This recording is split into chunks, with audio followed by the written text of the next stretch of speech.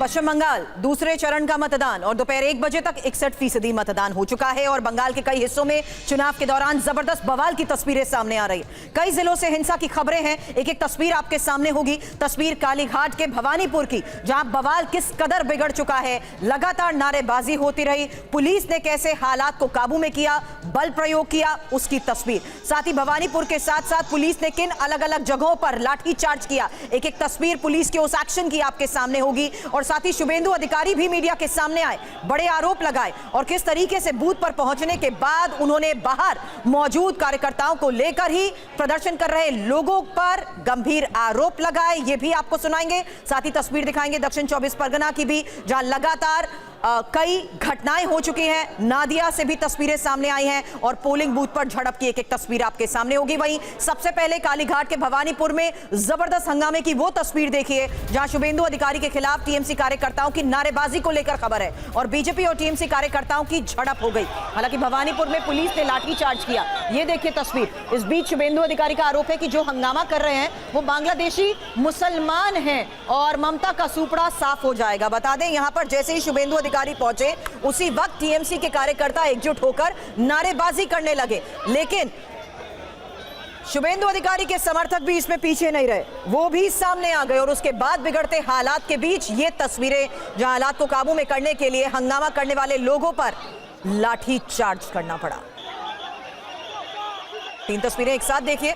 ये एक तस्वीर आपने देखी जहां बल प्रयोग हुआ। अब ये देखिए 3 तस्वीरें एक साथ, जहां साफ है कि किस तरीके से बीजेपी और टीएमसी के समर्थक आमने सामने थे और जबरदस्त बवाल भवानीपुर में होता रहा। भवानीपुर हॉट सीट है और यहां जिस तरीके से इतिहास रहा है, ऐसे में गहमा गहमी तनाव के बीच हालांकि बम्पर वोटिंग जरूर हो रही है, लेकिन बढ़ चढ़कर मतदान में जिस तरीके से लोग हिस्सा ले रहे हैं उसको लेकर भी अब कई बड़े आरोप लगाए जा चुके हैं। एक एक खबर आपके सामने रखें। उससे पहले आज की ये तस्वीर सबसे पहले भवानीपुर की आपके सामने, जहां देखिए किस तरीके से शुभेंदु अधिकारी के पहुंचने के बाद ही कार्यकर्ता आमने सामने आ गए और इस बीच शुभेंदु अधिकारी ने बड़े आरोप लगाए। हालांकि उन्होंने ये तो कहा कि ममता का सुपड़ा साफ हो रहा है, लेकिन इस बीच उन्होंने कहा कि जो लोग हंगामा कर रहे हैं वो बांग्लादेशी मुसलमान हैं।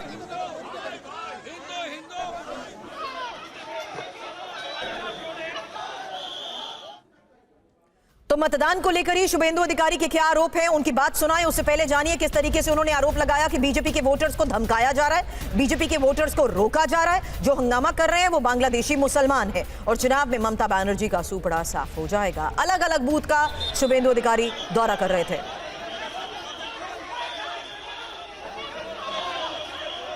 तो अलग अलग बूथ पर जिस तरीके से शुभेंदु अधिकारी पहुंचे, उसी दौरान भवानीपुर से ये तस्वीर सामने आई। क्या कहा शुभेंदु अधिकारी ने, सुनिए।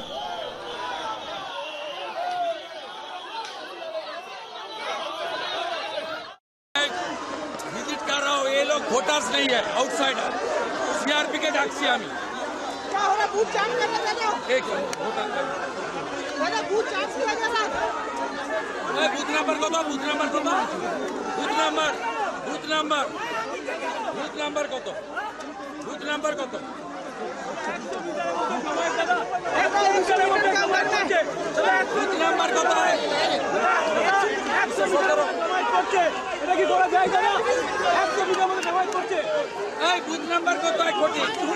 हेलो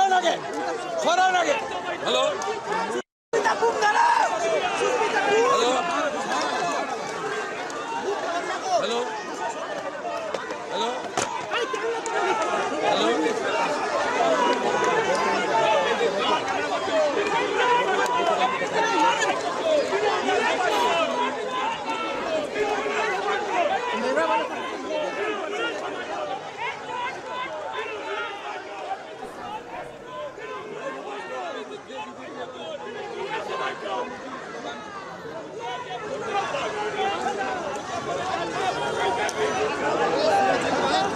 এতটাই হতাশ, এতটাই হতাশ।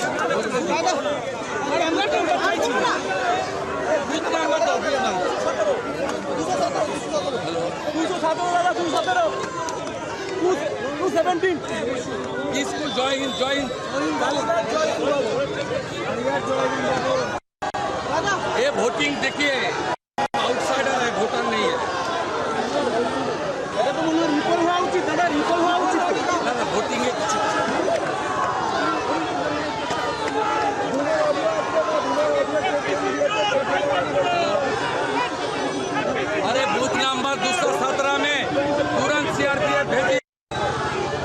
जय हिंद भवन। मैं यहाँ हूँ, आप भेजिए। तो दूसरे चरण के इस मतदान के दौरान कई जगह पर हंगामा हुआ है और कई आरोप भी लगाए जा रहे हैं। वरिष्ठ पत्रकार गौतम लहरी सर इस वक्त हमें ज्वाइन कर चुके हैं। सर, आपसे सवाल करूं इन आरोपों के बारे में, उससे पहले मेरे सहयोगियों का मैं रुख करना चाहूंगी। रविशंकर दत्ता लगातार पल पल की जानकारी हमें दे रहे हैं और साथ ही मेरे सहयोगी रुपेश जो अलग अलग बूथ पर पहुंचकर जो हालात बने हुए हैं उसकी भी एक एक जानकारी हम तक पहुंचा रहे हैं। वहीं रवि, भवानीपुर में अचानक हालात कैसे बिगड़ गए? क्योंकि बंपर वोटिंग के बीच जिस तरीके से 1 बजे तक ही 61% मतदान हो चुका है, वहीं इसी दौरान हंगामे के बीच कई बड़े आरोप लगाए गए। शुभेंदु अधिकारी जिस बूथ नंबर 217 पर पहुंचे, वहां पर हुआ क्या?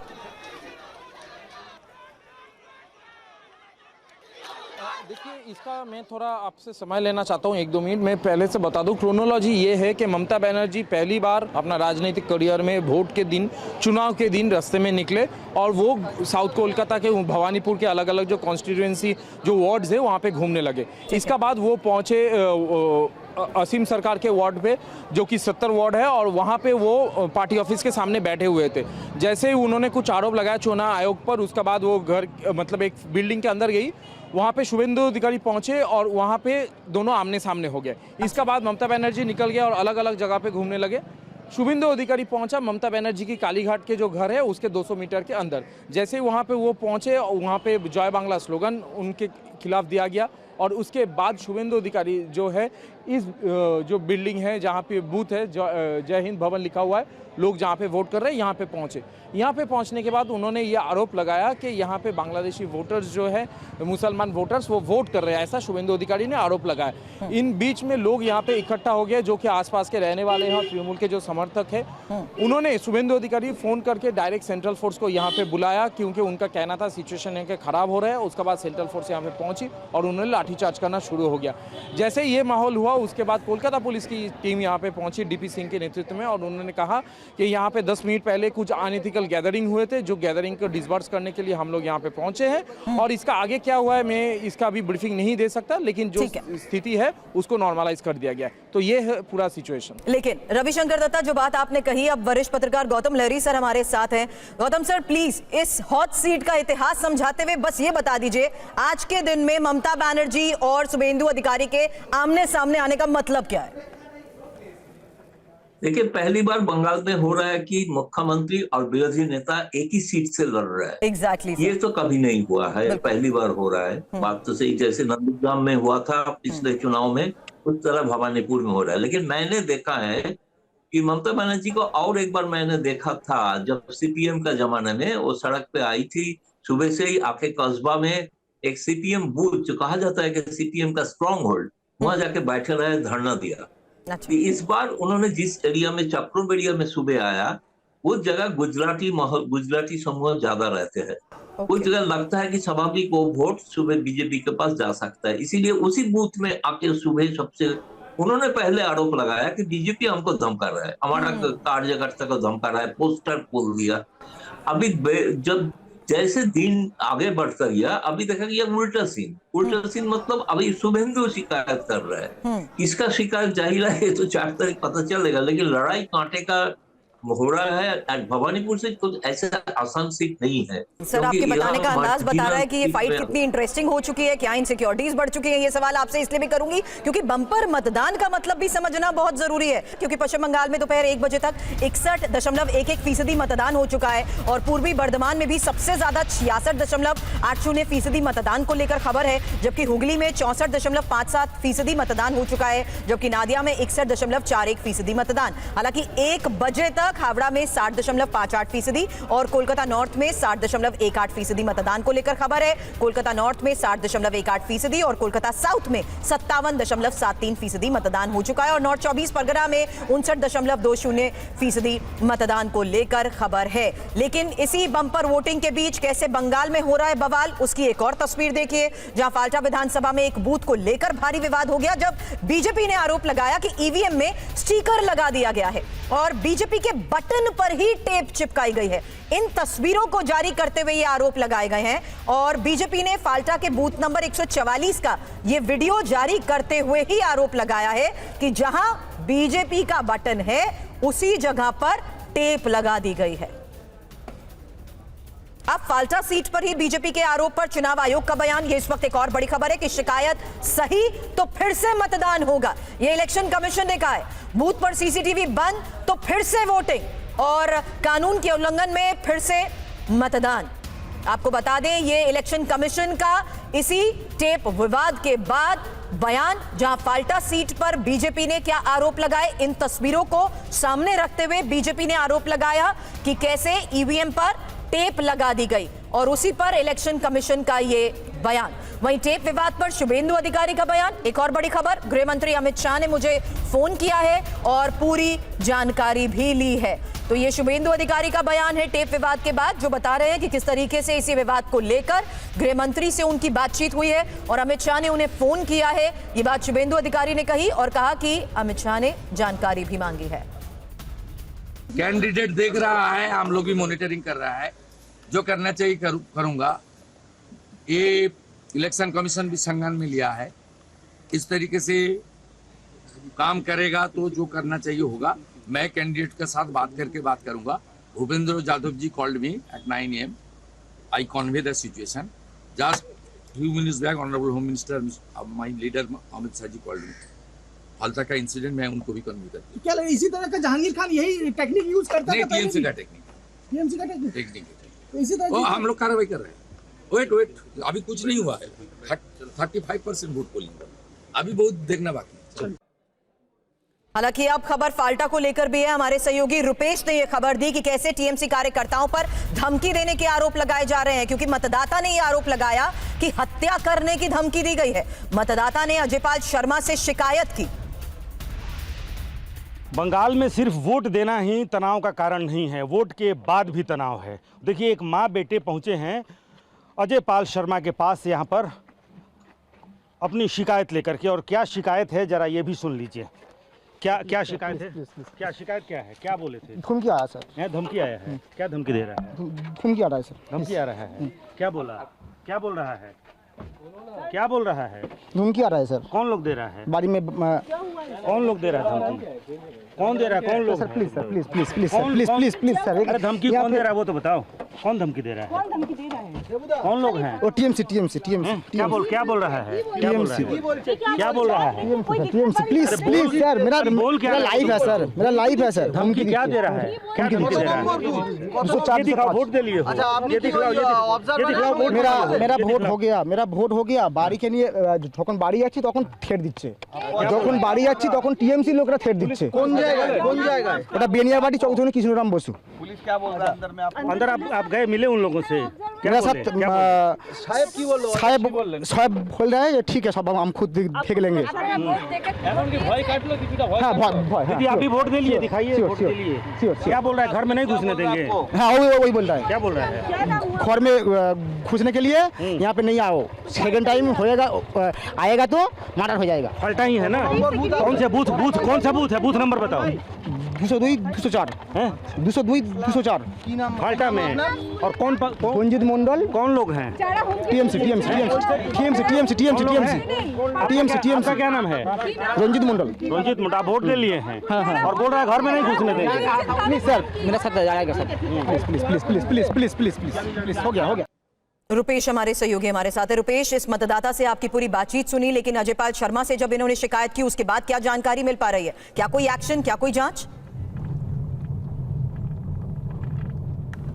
बिल्कुल एक्शन हुआ है। अजयपाल शर्मा अपनी गाड़ी में बैठकर सीआरपीएफ के अधिकारियों के साथ उस बूथ पर गए थे। वहां पर टीएमसी का एक छोटा सा कार्यालय बना हुआ था, टेंट लगा करके वहां भी जाकर के उन्होंने तहकीकात की और वहां भी पूछा कि क्या इस तरह से धमकियां लोगों को मिल रही हैं। लेकिन जिस रंजीत मंडल ने शिकायत की है, अपनी मां के साथ, अपनी बुजुर्ग माता के साथ पहुंचे थे, उन्होंने कहा कि सिर्फ हम ही नहीं हैं, कई अन्य लोग हैं जिन्होंने वोट दूसरे को किया है और ये पता है कि किसने कहाँ वोट किया है, और उसके बाद से धमकियां मिल रही हैं कि अगर घर में आओगे तो तुम्हारी हत्या कर दी जाएगी। अजयपाल शर्मा के पास या इलेक्शन कमीशन के पास ये शिकायत पहुंची थी और उसके बाद से ही अजय पाल शर्मा पहुंचे थे जहांगीर खान के घर पर। आज इन दोनों माँ बेटे के बयान से ये साबित होता है कि कहीं ना कहीं जो शिकायतें जो मिली थी, जिन शिकायतों को लेकर के अजय पाल शर्मा गए थे वहां पर जहांगीर खान के पास, वो शिकायतें सही हैं। इस इलाके में अगर आप देखेंगे तो किसी भी पार्टी, अन्य पार्टी का, टीएमसी को छोड़कर किसी भी पार्टी का पोलिंग एजेंट का जो कार्यालय होता है बूथ के 100 मीटर के बाहर, किसी दूसरी पार्टी का, मैं फिर जिम्मेदारी के साथ कह रहा हूं और मैंने ये देखा है, किसी भी पार्टी का ना तो कहीं कोई झंडा है और ना ही कोई कार्यालय बना हुआ है। अब ये टीएमसी का गढ़ है या डर है? डर मैं इसलिए कह रहा हूं क्योंकि लोग शिकायतें लेकर के पहुंचे थे, माँ बेटे शिकायत लेकर के पहुंचे थे और सीआरपीएफ का जो कैंप कार्यालय था, जहां संयोगवश अजय पाल शर्मा भी वहां पर ठहरे हुए थे, कुछ देर के लिए वहां पर वो रुके हुए थे और वहां उनके पास जब शिकायत पहुंची उसके कुछ ही देर बाद सीआरपीएफ की टीम के साथ वो वहां पर गए थे। जो जिस बूथ संख्या जो बताया था रंजीत मंडल ने, उस बूथ संख्या के पास गए थे और उसके बाहर टीएमसी का एक छोटा सा कार्यालय, वो भी दृश्यों में देख सकते हैं, हम दिखलाएंगे किस तरह से वहां पर सीआरपीएफ की टीम वहां पर पहुंची थी। गाड़ियों से बाहर निकल करके वहां पर जाकर के तहकीकात किया, वहां उनको एक तरह से उनकी भी नकेल वहां पर कसी गई कि अगर इस तरह से कुछ हो रहा है। कई जगह तो ये भी देखा गया कि वो जो कार्यालय है टीएमसी का, वहां पर आइसक्रीम तक बांटे जा रहे हैं, वहां खाना बन रहा है, तमाम ऐसे रास्तों में उस कार्यालय में, और सीआरपीएफ की टीम उनको वहां रोक भी रही है कि ये कहीं ना कहीं ये चुनाव के खिलाफ है, चुनाव में जो लेकिन हैरानी की बात यह है कि इस बार तो मतदाता खुद ये कह रहे हैं कि हत्या तक करने की धमकी दी जा रही है। गौतम सर, पुलिस पर आरोप, जहां टीएमसी के लिए दबाव डालने का आरोप लगाया गया है, तो अपने गढ़ को बचाने की इस लड़ाई को लेकर जिस तरीके से एक्सपर्ट्स इस वक्त हमें बता रहे हैं, हंगामे की तस्वीरें भी लगातार आ रही हैं और ये वोटिंग के दौरान पुलिस पर आरोप, टीएमसी के लिए दबाव डालने का ये आरोप लगाया गया। ভোটাররা আপনি টিএমসি কে ভোট দিতে বলছেন, আপনি টিএমসি কে ভোট দিতে বলছেন কেন? এখানে দাঁড়িয়ে টিএমসি কে ভোট দিতে বলছেন কেন? আপনার এমপ্লয়মেন্ট নাম্বার ব্যাচ কই? এমপ্লয়মেন্ট নাম্বার ব্যাচ কই? আপনি পুলিশ তার প্রমাণ কি? আপনি পুলিশ তার প্রমাণ কি? पहले चरण के मतदान के दौरान यही चर्चा हमने स्टूडियो में भी की थी कि इस बार अलग चुनाव इसलिए क्योंकि किसी तरीके का कोई बवाल नहीं हुआ, कहीं बमबारी नहीं हुई, कहीं खून खराबा नहीं हुआ। लेकिन अब चुनाव वाले दिन ही इस तरीके के आरोपों की बात कही जा रही है, जहां मतदाता किस तरीके से शिकायत करने पहुंचे और कई गंभीर आरोप उन्होंने लगाए, यानी डर का माहौल यहां पर बना दिया गया। देखिए, ये तो बात तो है, ये कोई डर का माहौल बनाया, लेकिन दूसरी बात तो ये भी है, उन्होंने बोल रहा है आपका पत्रकार की कहीं किसी पार्टी का झंडा नहीं दिखाई, क्योंकि आप जितना दूर गांव में चलोगे, गांव में जाने के बाद दिखा जाएगा, बाकी पार्टी को देखना मुश्किल है, क्योंकि टीएमसी का एक गढ़ माना जाता है। दक्षिण बंगाल जहां पे चुनाव हो रहा है, 142 सीटों में 118 सीट टीएमसी जीता है, उनका गढ़ बचाने का लड़ाई है। गढ़ बचाने के लिए इस तरह का झड़प हो रहा है, इस तरह का बाकी कार्यकर्ता डराने का भी कोशिश कर, किसी तरीके से चुनाव आयोग के ऊपर जिम्मेवारी है। अगर किसी ने ऐसे किया है, शिकायत की है, उसको चुनाव आयोग को संज्ञान में लेना चाहिए। उन्होंने पहले ही कहा था कि अगर इस तरह का होगा तो बूथ कैंसिल हो जाएगा, अगर इस तरह का हुआ तो दोबारा चुनाव होना चाहिए वहां पे। ये तो चुनाव आयोग का कहना था, लेकिन इसका अगर संज्ञान नहीं लेते हैं तभी तो एक बात बनता है कि सही क्या गलत क्या है। लेकिन चुनाव आयोग कहा है कि जैसे फल्टा में एक जगह पे टेप लगा दिया है बीजेपी का निशान के ऊपर, वो तो किसी बदमाश वोटर जाके कर दिया है, मुझे तो सबको लगता ही है। तो इस तरह का जो किया है वो तो डेफिनेटली वो चुनाव, उस बूथ का चुनाव रद्द होना चाहिए। लेकिन फिर भी जो दिखाई दे रहा है, अगर आपका पास कोई समर्थन नहीं होगा, एक कोई वोटर ने शिकायत कर रहे हैं, लेकिन उसके साथ बाकी बीजेपी कार्यकर्ता क्यों नहीं दिखाई दे रहा है, क्यों नहीं उनको प्रोटेक्ट कर पा रहा है उस जगह पे? वो भी देखने लायक चीज है ना। उनको भी अगर संगठन होता, कार्यकर्ता होता, वो भी उसको रक्षा, आम जनता का रक्षा करने के लिए भाजपा क्या कर रहा है उसका डिपेंड कर रहा है। कई बड़े सवाल है सर, लेकिन इस बीच जी बहुत बड़ा लोग आया है, लेकिन वो तो इसको देखना चाहिए ना क्या हो रहा है। अगर आम जनता वोट नहीं दे पा रहा है तो इनकी जिम्मेवारी है, इनको देखना चाहिए। नहीं, लेकिन क्योंकि शुभेंदु अधिकारी की जो तस्वीरें सामने आई, उन्होंने तो सीधा लोगों के बीच आकर जिस तरीके से हंगामा हो रहा था, उन्होंने कहा कि ये बांग्लादेशी मुसलमान है। जितने लोग उनका घेराव कर रहे थे उस दौरान उन्होंने ये भी आरोप लगाया कि उन पर एक बार फिर से हमला करने तक की कोशिश की गई है। कुछ और तस्वीरें मैं दिखाना चाहूंगी। ये वोटिंग के दौरान पुलिस पर आरोप, जहां टीएमसी के लिए दबाव डालने का आरोप लगाया गया है। तो अपने गढ़ को बचाने की इस लड़ाई को लेकर जिस तरीके से एक्सपर्ट्स इस वक्त हमें बता रहे हैं, हंगामे की तस्वीरें भी लगातार आ रही हैं। और ये वोटिंग के दौरान पुलिस पर आरोप, टीएमसी के लिए दबाव डालने का ये आरोप लगाया गया। ভোটাররা আপনি টিএমসি কে ভোট দিতে বলছেন, আপনি টিএমসি কে ভোট দিতে বলছেন কেন? এখানে দাঁড়িয়ে টিএমসি কে ভোট দিতে বলছেন কেন? আপনার এমপ্লয়মেন্ট নাম্বার ব্যাচ কই? এমপ্লয়মেন্ট নাম্বার ব্যাচ কই? আপনি পুলিশ, তার প্রমাণ কি? আপনি পুলিশ, তার প্রমাণ কি? আপনি কেন এখানে দাঁড়িয়ে টিএমসি কে ভোট দিতে বলছেন? হ্যাঁ, আপনি কেন বলছেন টিএমসি কে ভোট দিতে? আপনার এমপ্লয়মেন্ট নাম্বার ব্যাচ কই? এমপ্লয়মেন্ট নাম্বার ব্যাচ কই আপনার? হ্যাঁ, আপনি কি ভাবছেন দালালি করবেন টিএমসি? কি ভাবছেন আপনি টিএমসি? रविशंकर दत्ता हमारे साथ है। रवि, ये एक और तस्वीर जहां तो सीधे तौर पर पुलिस पर आरोप लगाए जा रहे हैं, वोटिंग के दौरान टीएमसी के लिए दबाव डालने का ये आरोप।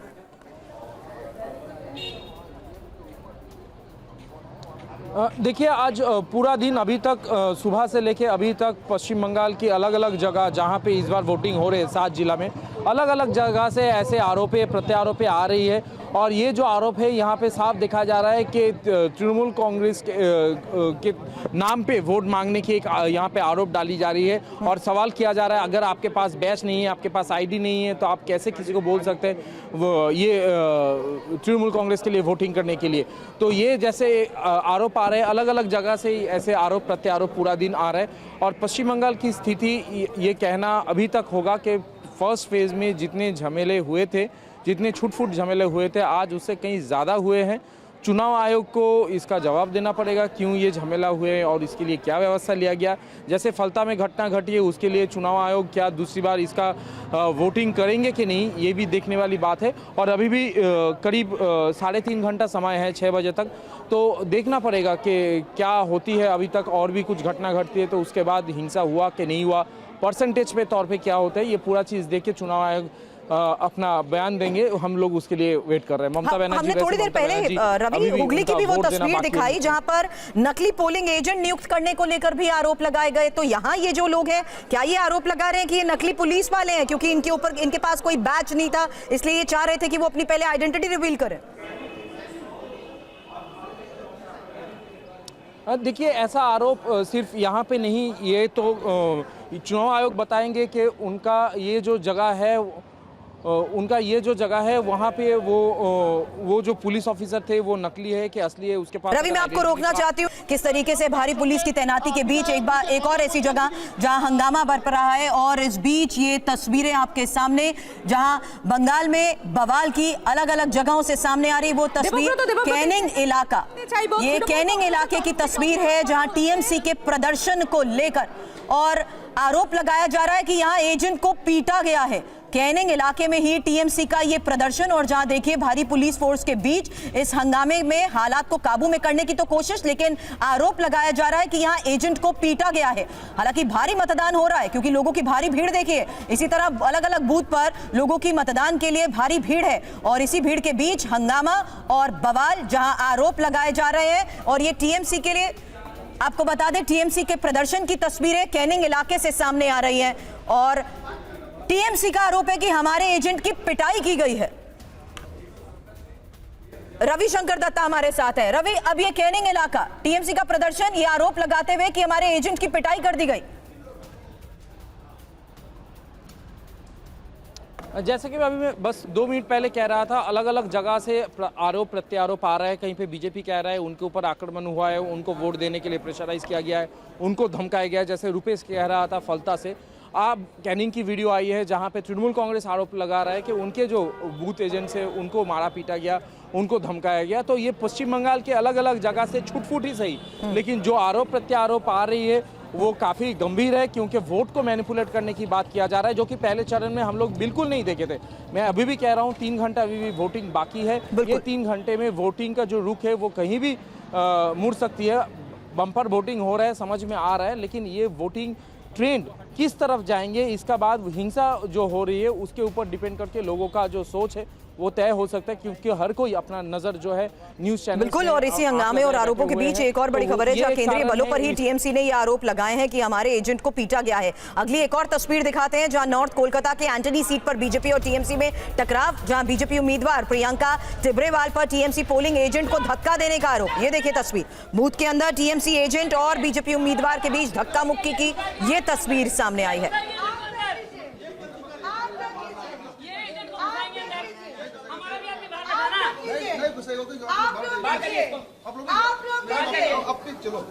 चलिए, कोई अंदर नहीं बैठेगा, सर्कुलर देख के निकालिए, कोई अंदर नहीं बैठेगा, निकालिए बाहर उसको। सर्कुलर है, आप क्यों टॉलरेट कर रहे हैं उसको? उनको देखा, जोर से सुन, पीछे अगर मेरा पीछे आई तो आज तुम्हारा दिन ठीक नहीं। आप पीछे आके दिखा तेरा बाप कितना दूध पी। गौतम सर, हमारे सहयोगी यही बता रहे हैं कि अब ज्यादातर ऐसे इलाके हैं जहां पर झड़प, हंगामे और कई आरोप लगाए जा चुके हैं। हालांकि बम्पर वोटिंग के मायने भी समझा दीजिए सर, ये इस वक्त डर का माहौल क्या एक इंपॉर्टेंट फैक्टर इसमें ये बम्पर वोटिंग है? क्या मैं हमसे गौतम सर आपसे सवाल कर रही हूँ इसी को लेकर, क्योंकि अब जो डर का माहौल सामने आ रहा है, बम्पर वोटिंग के मायने बहुत ज्यादा है सर इसमें।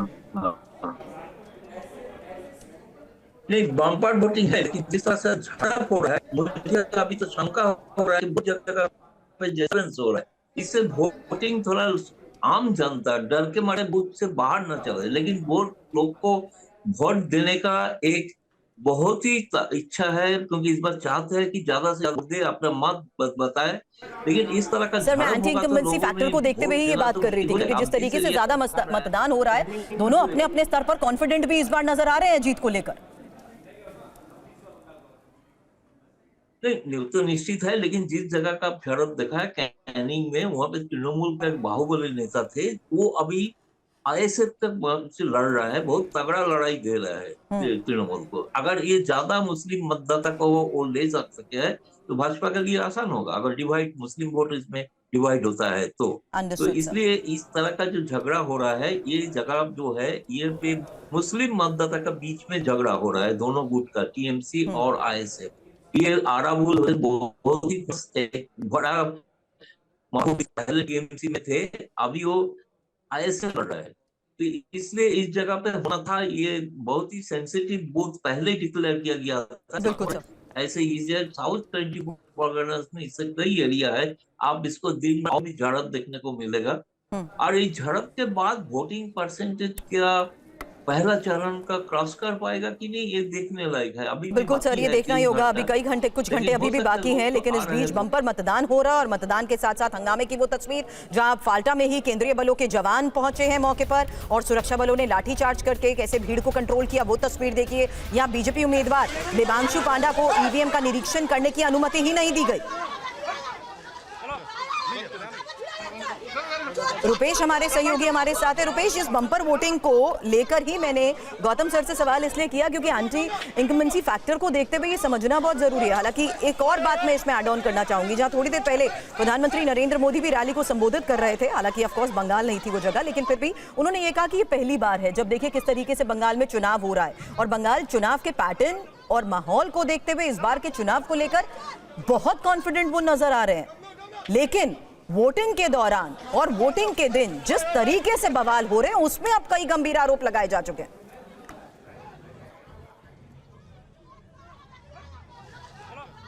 देखिए, पहले चरण का जब मतदान हुआ उसके बाद से उसमें भी बम्पर वोटिंग हुई, लेकिन बहुत आमतौर पर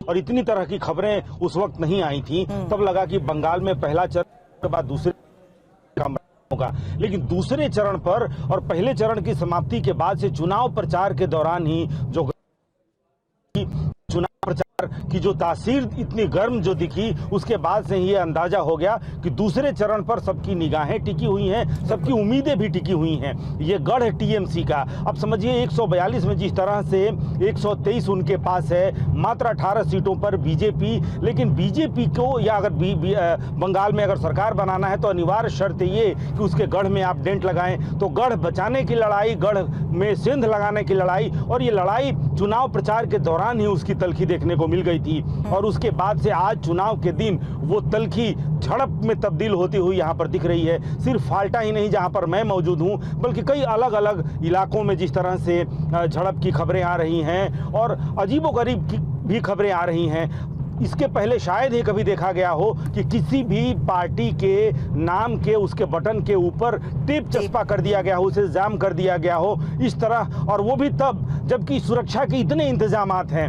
हर बूथ कैमरे की निगाह में है, 360 डिग्री का वो कैमरा लगाया गया है, तमाम सुरक्षा बलों की जद में हर कुछ है। उसके बावजूद अगर ऐसी घटना हो जाती है कि ईवीएम के ऊपर कोई टेप चस्पा कर दे किसी एक पार्टी के उम्मीदवार और उसके नाम के बटन के सामने ये कर दे, ये अपने आप में एक बड़ी घटना है। और यही कहा गया कि वोट देने को लेकर के धमकी चुनाव देने में की मतदान हो रहा है, लोग बढ़ चढ़ कर हिस्सा ले रहे हैं क्योंकि ये निर्भीक बिना किसी डर के माहौल में चुनाव हो रहा है। लेकिन इस वक्त जो हंगामा हो रहा है और जिस तरीके से धमकियां दी जा रही हैं, क्या एक बार फिर से डर का माहौल पैदा करने की कोशिश हो रही है? करें सवाल उससे पहले पूर्वी बर्धमान के गालसी की वो तस्वीर जहां हंगामा ऐसा हुआ कि उपद्रवियों पर लाठीचार्ज करना पड़ा और सुरक्षा बलों ने उपद्रवियों को खदेड़ दी। लाठीचार्ज से पूरे इलाके में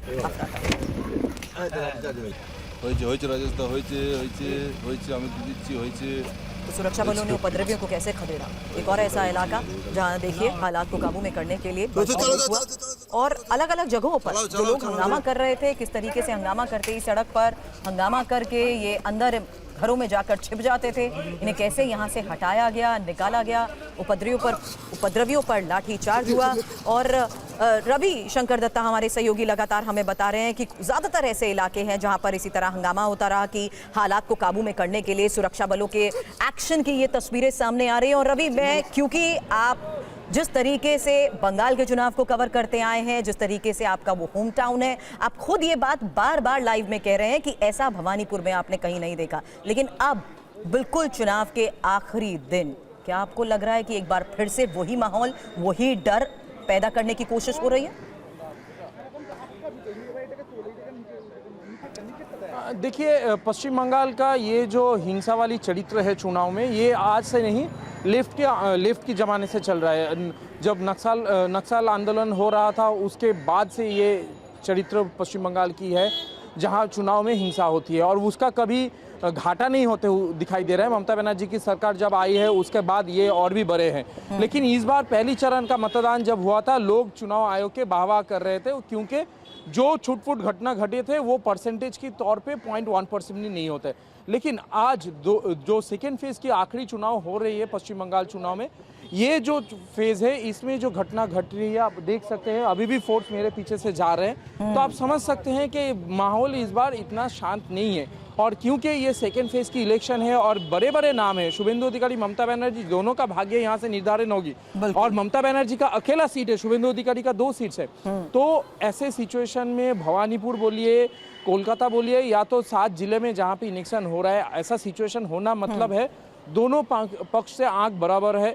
कहीं पे तृणमूल कांग्रेस आरोप लगा रही है, कहीं पे बीजेपी आरोप लगा रही है। लेकिन ये जो रक्त रंजित चरित्र है, ये जो आंख दिखाने वाली चरित्र है, डर का चरित्र है, ये कहीं फिर से दिखाई दे रहा है। और इस बार चुनाव आयोग ने बहुत बम्पर वोटिंग करवाया, जैसा एक तरफ सही है, लेकिन जो झमेले हुए हैं वो भी नजर काटने वाली है। और उसमें भी खून बहा है, उसमें भी लाठीचार्ज हुई है, उसमें भी धक्का मुक्की हुई है, गाड़ी की तोड़फोड़ की गई। तो अगर ऐसा हो रहा है तो चुनाव में क्या बाकी जब पता लग जाएगा दीदी या मोदी। लेकिन आज के हालात जहां दूसरे राउंड में किस तरीके से अलग अलग बूथ पर आरोप के साथ साथ हंगामा हुआ और बल प्रयोग हुआ, उसकी एक एक तस्वीर हमने दिखाई। आप सभी हमारे साथ जुड़े उसके लिए बहुत बहुत शुक्रिया।